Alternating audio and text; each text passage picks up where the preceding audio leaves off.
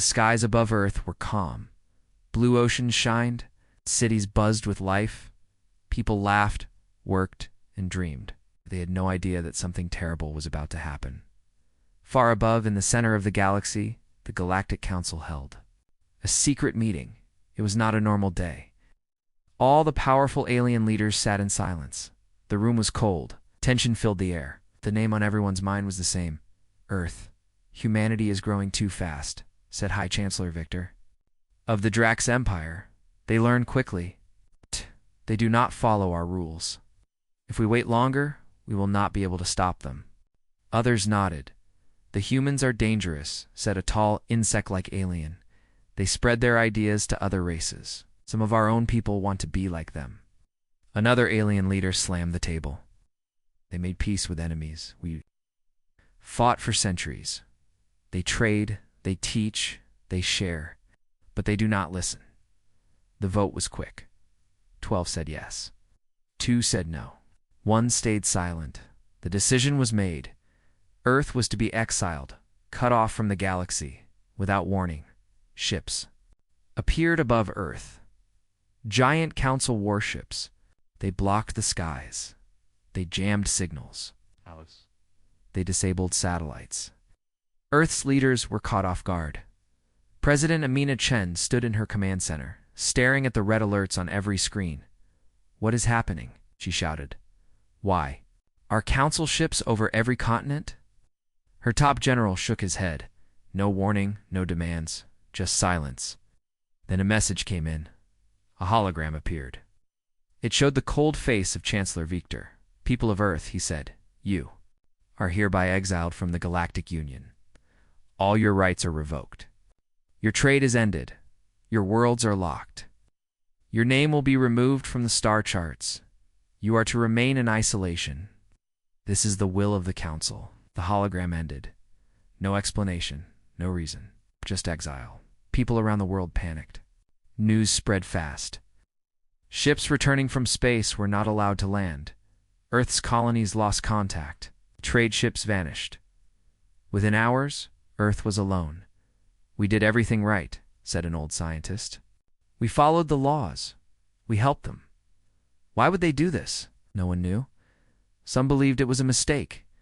Others believed it was fear, in secret, deep underground. A small group of humans met. They called themselves the Exiles. One of them, a man named Elias Ward, stood before the others. He was calm. His eyes were cold. "They cast us out," he said, "not because we are weak, but because they fear what we might become." A woman spoke. "What do we do now?" Elias looked up at the screen where the stars still shined. "We disappear," he said. "We hide. We build. We prepare. Let them forget us." The room fell silent. Then Elias whispered one day, "We will return, and they will see what they feared. It was nothing compared to what we became." Months passed. The people of Earth learned to survive on their own. They fixed what the Council broke. They grew stronger, smarter, more united. But something else was happening in the shadows. The exiles had left Earth. They took with them secret technology. They disappeared into the void, into uncharted space. No one heard from them again. For a while, out in the dark, beyond the edge of known space, a signal blinked. It was old Earth code, very old. One word repeated again and again: prepare. Had moved on. Months turned to years. The name Earth slowly faded from conversation. The Council believed they had removed a threat. Most species believed humanity. It's been broken, forgotten, but something was happening in the shadows. In the cold edges of space, where no star shined, where no trade ships traveled, fleets were vanishing. It started small. A pirate ship went. Silent. Then a mining freighter never returned. A border patrol lost contact.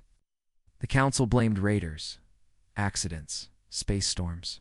But it kept happening. One by one. Entire groups vanished without a trace. Captain Lewis of the Council scout fleet was sent to investigate. His ship. The Varinis arrived at a silent star system near the galactic border. It was once home to a small, outlaw base. Now, there was only wreckage. Ships were torn apart, weapons melted, No signs of survivors. What could do this? No weapons. Known to the Council do this kind of damage? The sensors blinked. Sir, we found a message, the crewman said. It was carved into the side of a metal panel, scorched by heat. This is only the beginning. Captain Lewis ordered a retreat. Back at the Galactic Council, leaders argued again. This is the work of some rogue power, said one. We need to send a larger fleet. No, said another. This looks too precise. These aren't random attacks. They're warnings. Someone finally asked the question everyone feared. Could it be Earth? Silence fell across.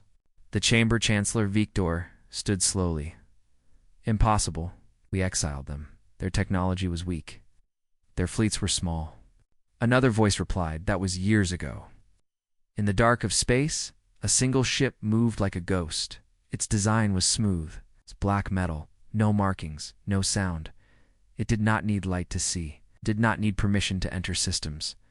It was a scout, but not one the Council had built. Inside, machines worked quietly. Human minds guided them. This was a ship from the exiled fleet, built in silence, hidden from all sensors. Powered by ancient energy found deep under Earth's crust and from alien ruins long forgotten. One of the human commanders, a woman named Kara Rains, stared at the glowing star map in front of her. The Council doesn't know we're back. She said. Her crew nodded. They don't even know how much we've changed. In a nearby star system, a Council military outpost picked up a strange signal. It was weak at first. Then it grew stronger. One word repeated again and again in an old human language. Remember? The signal was traced, but when the Council ships arrived, they found only silence. Then, from the shadows, black ships appeared. They made no demands, did not fire first. But when the Council opened fire, it was a mistake. In seconds, the entire fleet was disabled. No deaths, no explosions, just quiet shutdown. Engines froze. Weapons failed. Gravity vanished inside the ships. The black ships left as silently as they came. News spread fast. Whoever this was, they were not killing, but they were warning worlds. Across the galaxy began to panic. Some whispered, "It's the return of Earth." Others laughed, till a second larger fleet vanished. No one survived, except for one message, left in burning letters on a destroyed moon. You feared us. You were right. Deep in a hidden base, far from any known system, Elias Ward watched the reports. He was older now, his face lined with time and duty. Beside him stood Kara Rains and several other commanders from the exiled fleet. Our scouts have tested their defenses, she said. We're ready. Elias nodded. Soon, he said, but not yet. Fear grow. Let them remember why they cast us out. He turned to the window. Stars stretched before him. They thought we would fade. But in exile, we found purpose. We found power. He clenched his fist, and when we return, they will understand. Exile was their greatest mistake. The galaxy still didn't know the full truth. Most believed Earth had vanished. Destroyed, forgotten, but Earth hadn't died. It had been reborn in silence, stronger, smarter, and far more dangerous, in the dark corners of space, far beyond. The Council's reach, the exiles built their future. Elias Ward stood inside a massive hangar, deep within a hollowed-out asteroid. Around him, giant black ships stood ready, silent, cold, and deadly. They had no markings, no lights, but each one held weapons never before seen in the galaxy. These were exile ships designed using human creativity and alien science, the kind of technology the Council had once feared, and now had every reason to. Beside Elias, Kara Rains studied a display screen. It showed dozens of hidden shipyards spread across forgotten star systems.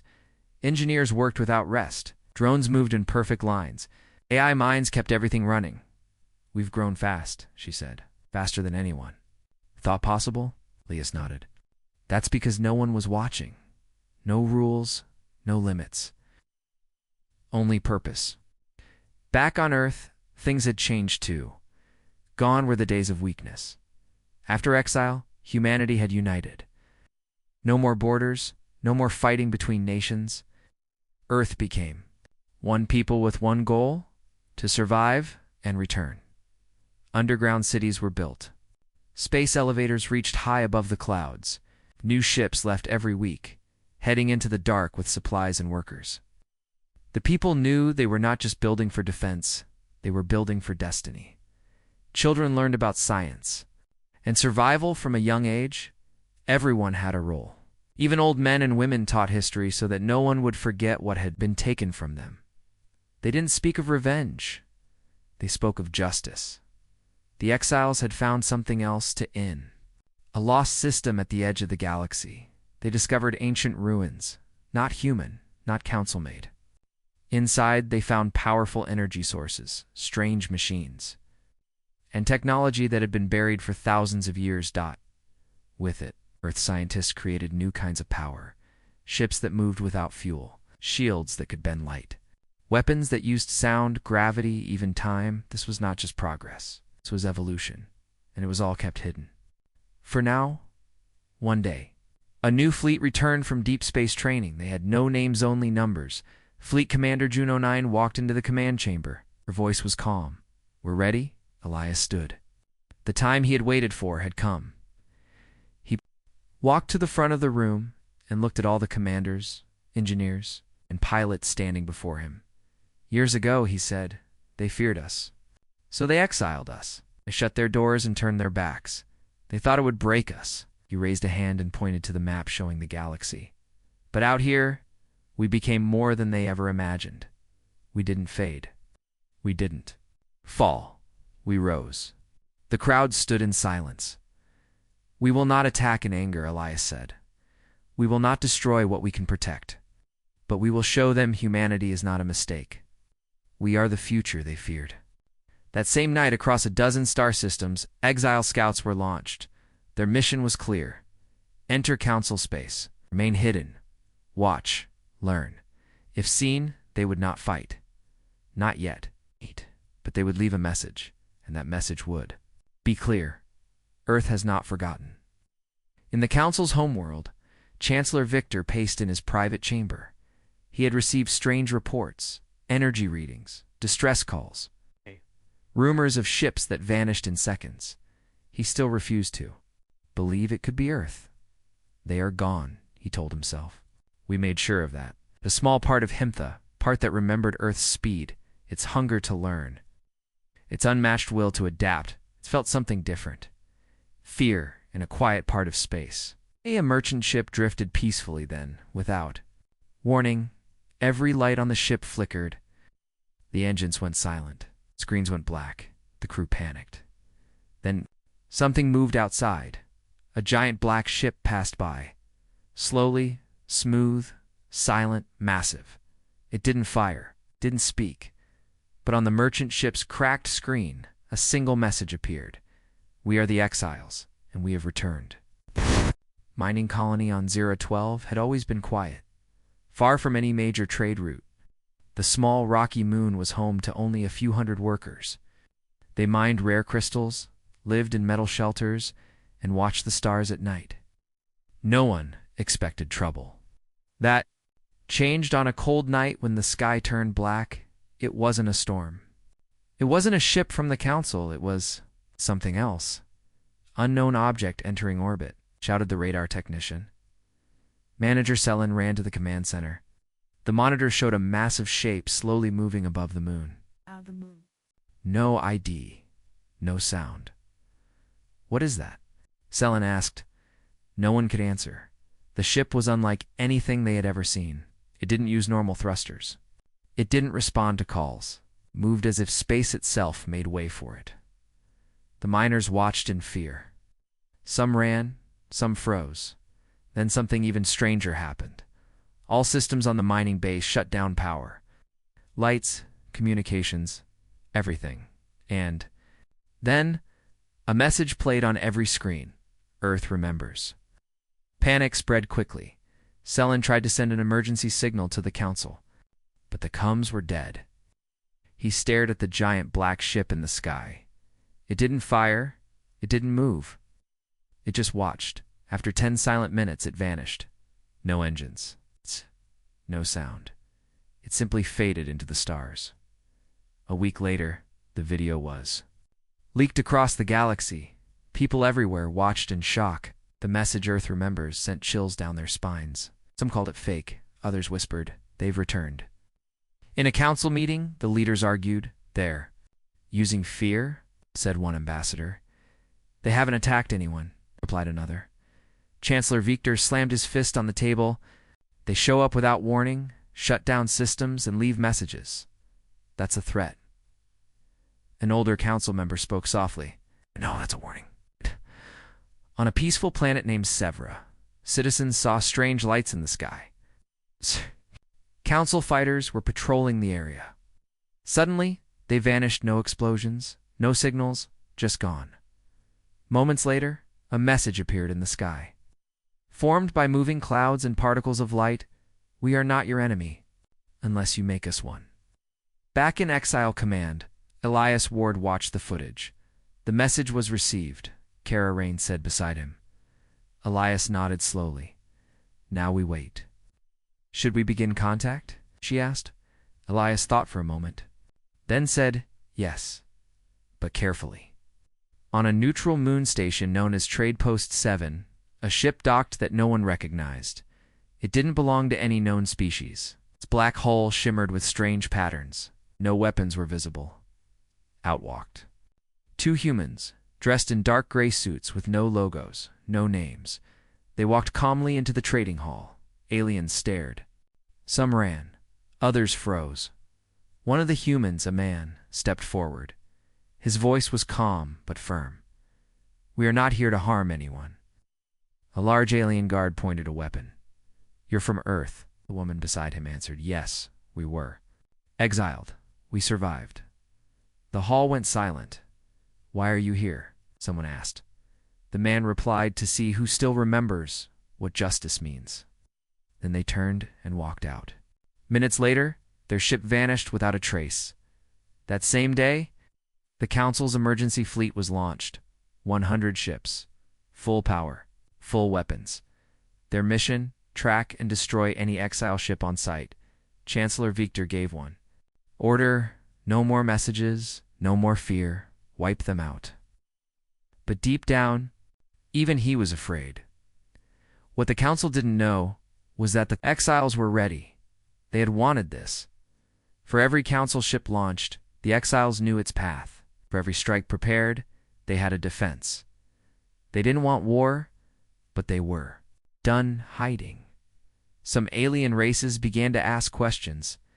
Why did the Council exile Earth in the first place? Why are they back? But not killing. Are we following the wrong leaders? Elias Ward stood before the exile fleet, dozens of black ships, lined up in perfect rows. He sent a message across every open channel in the galaxy. It played in every language, on every world, in every star station. We were cast out because we were different. You feared our ideas. You feared our growth. But we never stopped. We didn't come to conquer. We came to remind you we are still here. And we are not alone anymore. The Council had made up its mind. They no longer cared about warnings or messages. They didn't ask why Earth had returned, only wanted to stop them fast and forever. Chancellor Victor stood at the war table with top commanders. "They dare to move through our space," he growled.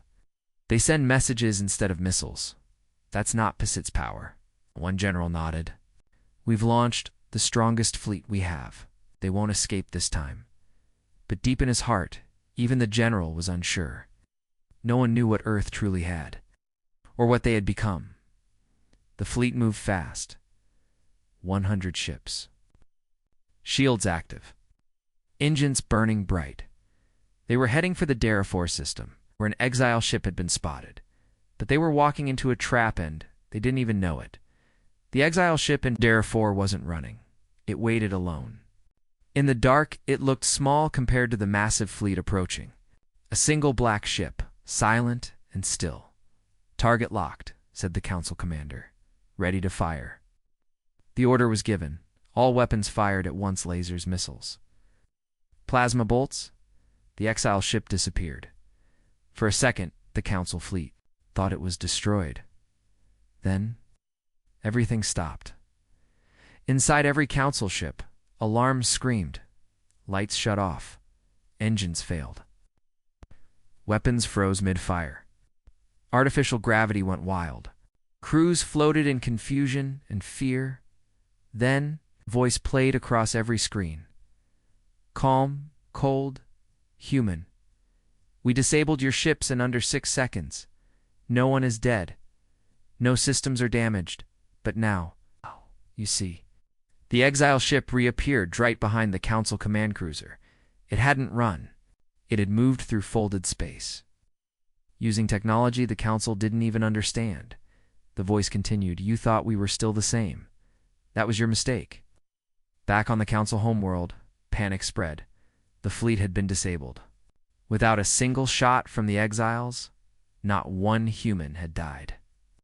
Not one Council soldier was hurt. And yet the exiles had won. A senator shouted, "We must talk to them now." But Chancellor Victor refused. "No, they're using fear to control us." "We'll build a new fleet stronger," another senator replied. "Stronger than what, Chancellor?" "They didn't attack us. They ended us without killing." The room fell silent. On a neutral world called Solari Prime, something even more shocking happened. A group of exile humans landed, brought medicine, food, and repair bots to the locals. A disease had broken out. The Council had sent no help. The exiles cured it in a day. The people began to ask, who? Are the real leaders now? Elias Ward watched everything from his command ship, the Obsidian Crown. Reports came in, 1 Council fleet disabled. 3 neutral planets offered support. Thousands of aliens requesting alliance talks. Kara Rains entered the room. There, losing control, Elias looked at the star map. "Good," she raised an eyebrow. "What's our next move?" Elias answered simply, "Show them mercy and show them strength. Let them choose." In another Council sector, a second fleet prepared to strike an exile convoy. But this time, the exiles didn't wait. Before the attack began, all Council ships were surrounded. 3 exile ships appeared moving like shadows, faster than any eyes could track, instead of disabling the fleet. They broadcast their location live across the galaxy. Millions watched. The exiles didn't fire. They simply opened a communication line. A human woman appeared on the screen. "This fleet is here to destroy us. We will not fight unless they attack. But the galaxy must see who strikes first." Council commanders hesitated. The whole galaxy watched. No one fired, Chancellor. Victor threw a monitor across his war room. "They're using honor. Mercy. They're making us look like tyrants." A young advisor spoke up carefully. "Sir, maybe it's not just how they look. Maybe it's how we are." The Chancellor's face turned red with rage. "Get out." But the doubt had already spread. The mistake was clear now. The Council thought exile would destroy Earth, but exile had made them stronger. They didn't come back for war. They came back as something greater. And now, the galaxy was beginning to choose. Across the galaxy, the whispers grew louder. People who once feared Earth were now remembering the truth. They remembered how humans had helped rebuild war-torn colonies, how Earth doctors had cured diseases others gave up on, how human engineers fixed ships and stations without asking for anything. The Council said Earth was dangerous. But now, many were asking, was that a lie? On the peaceful planet Jaloris, an old alien historian named Sental opened a hidden file from his past. He was once a young ambassador to Earth. Decades ago, he remembered Earth's cities full of music and ideas. He remembered the kindness of a human teacher who helped him walk again after an accident. And most of all, he remembered the day the Council decided to exile Earth. "I should have spoken up," he whispered. Now he was going to Sen. Tal recorded a message and sent it to every public network. "I was there the day Earth was exiled." The Council feared them not for war, but for freedom. Humans asked too many questions. They created too much change. They didn't bow, they didn't break, so the council cast them out. The message went viral. Billions watched it. Cried. Others got angry. The truth had finally begun to spread. On a council world called Trivon, a young alien mother held her child close as she watched an old video. It showed a human soldier carrying wounded civilians during a past invasion. He bled, but he didn't stop. The mother whispered, they weren't monsters. They were heroes. Meanwhile, in the council chambers, chaos had begun. Many smaller worlds started to leave the council, declaring neutrality or asking to speak with the exiles directly. Trade networks failed. Communication lines were jammed. Council forces were overworked. The Chancellor ordered more ships, more patrols, more control, but it was already too late. The Council's grip was slipping on the exile command ship. Obsidian-crowned Elias Ward stood before a group of Elise, both human and alien. Yes, alien. Several species who had once worked with Earth had now joined the exiles. A lizard-like leader named Trelva, once a former council guard, spoke to Elias. I served them for 20 years, he said, but I never forgot how humans saved my people. I will fight with you. Another alien, a small four-armed builder named Nixie, smiled. We don't want war. We want change. You're the change. Elias nodded. We were alone when they cast us out, he said. We're not alone anymore. At the same time, a council spy ship tried to sneak into exile space. They expected resistance. Instead, they found something else. A peaceful farming station. Dozens of human and alien families working together. No guards, no weapons. The spy watched from afar as a human doctor helped a sick alien child. He sent a final report back to the council. They're not building an empire, they're building a future. But not everyone was ready for peace. On a dark moon, Chancellor Victor met in secret with a group of warlords and weapon lords. We still have one more option, we said. He opened a case. Inside was a device glowing red. Project Ashfall. He whispered, a weapon never used before. One warlord leaned forward. You mean to destroy Earth completely? No, said Victor. I mean to erase it from time. Back at Exile Command, Kara Rains brought news to Elias. We've intercepted a signal, she said. Something called Ashfall. We don't know what it is yet, but it's dangerous. Elias's face hardened. They're not finished with us, so we can't be finished with them. He turned to the window, staring into the stars. But we will not strike first. We'll expose them. We'll let the galaxy see their final mistake. Across the galaxy, more voices began to rise. Old friends, quiet allies, former enemies who respected humanity's honor. They all said the same thing. The humans were cast out, but maybe they should lead. The stars above the galactic core shimmered. It was the heart of the galaxy where the Council had ruled for centuries. Great towers floated above gas giants. Fleets moved in perfect formations. Billions lived under the Council's banner, but now something had changed. Fear had returned, not because of war, but because of hope. All across Council space, systems were falling quiet not from attacks, but from choice. Worlds were lowering their flags. Ships were refusing orders. People were asking a question. The Council never wanted to hear. Why was Earth really exiled? And then signal came. Every screen, every channel, every satellite lit up at once. Elias Ward's face appeared calm, steady, clear. To the leaders of the Galactic Council, we are coming, not to destroy, to conquer, but to speak for all those you silenced. We were cast out. Now we return, and this time we do not come alone. Behind him, the camera pulled back to show thousands of exile ships and new allies, human and alien, side by side. Panic swept through the council. Chancellor Victor stood at the war table again. This is invasion, he shouted.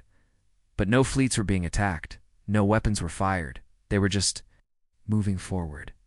straight toward the galactic core. Then, "We'll stop them here," he said. "This is our center. If we lose this, we lose everything." But the people of the core had changed. When the exile fleet arrived, no one fired. Instead, millions stood on platforms and station windows, watching in silence, the sky filled with black ship smooth, elegant, glowing with silent power. Not one weapon was raised. Not one threat was made. A massive hologram appeared above the core. Elias Ward's voice echoed. "You feared us because we refused to be controlled. You cast us out and erased our name. Ba-da-da-da-da. But we built something better in the dark. Not just stronger, wiser. You have one last choice, peace or pride." Council ships began to move. Not toward Earth's fleet, but away from it. Entire crews dropped weapons. Captains opened their ship gates. They had seen enough. Inside the council tower, a final meeting took place. Some senators begged for surrender. Others wanted to speak too. The exiles. But Victor refused. "They humiliate us," he growled. "I will not kneel to humans." That was when a quiet voice rose. It was Senator Ryla. "One of the oldest. I remember Earth's doctors healed my son when the council would not," she said. "I remember their soldiers holding the line when others fled." She stood. "You call this weakness?" "I call it leadership." The council broke. Dozens of members walked out. Others voted to remove Vec. Tore from power. He tried to resist. But the age of fear was over. Outside the obsidian crown, slowly descended into the capital zone. It was the first human ship allowed to land at the core since exile. Elias Ward stepped out. With him were leaders from 5 alien species friends who had joined Earth in exile. They walked through silent streets, lined with people who had once feared them now. They only watched. No one cheered. No one protested. The galaxy was holding its breath. Elias entered the council chamber. No weapons, no army. Just presence. He looked at the new council, the ones who remained. "We don't want to rule you," Elias said. "We want to rebuild what you broke." "Together," one senator asked. "What if we say no?" Elias answered simply. "Then we leave." "But the people won't follow you. They've already chosen." And he was right. Across the galaxy, systems declared independence. Colonies asked for Earth's help not for weapons, but for education, medicine, and trade. The council had lost more than power. They had lost trust in the final hours of the day. A new banner was raised in the core. It was not Earth's alone. It showed a human hand holding the hand of an elan together, rising toward the stars. A new order had begun. Back on Earth, the skies were clear. Children played in peace. The people didn't celebrate with noise. They simply smiled because they knew. They had returned, and they had done it without becoming monsters. The council was broken. Its proud banners had fallen. Its fleet stood silent. Its lies had been uncovered. And Earth had returned, but not with fire, with truth, with unity, with power they could not stop. Chancellor Victor was gone, removed from power. His supporters had vanished into hiding. The new council, now led by mixed voices, human and alien, began to rebuild. They invited Earth not as a threat, but as an equal. But peace was still fragile, because deep within the council's old war vaults, something dangerous remained. A secret project, one last weapon, in a hidden base on the icy planet Norvex 9. A warning light flashed red. Project Ashfall. Active. It had been left running by a dying order, built from fear and hate.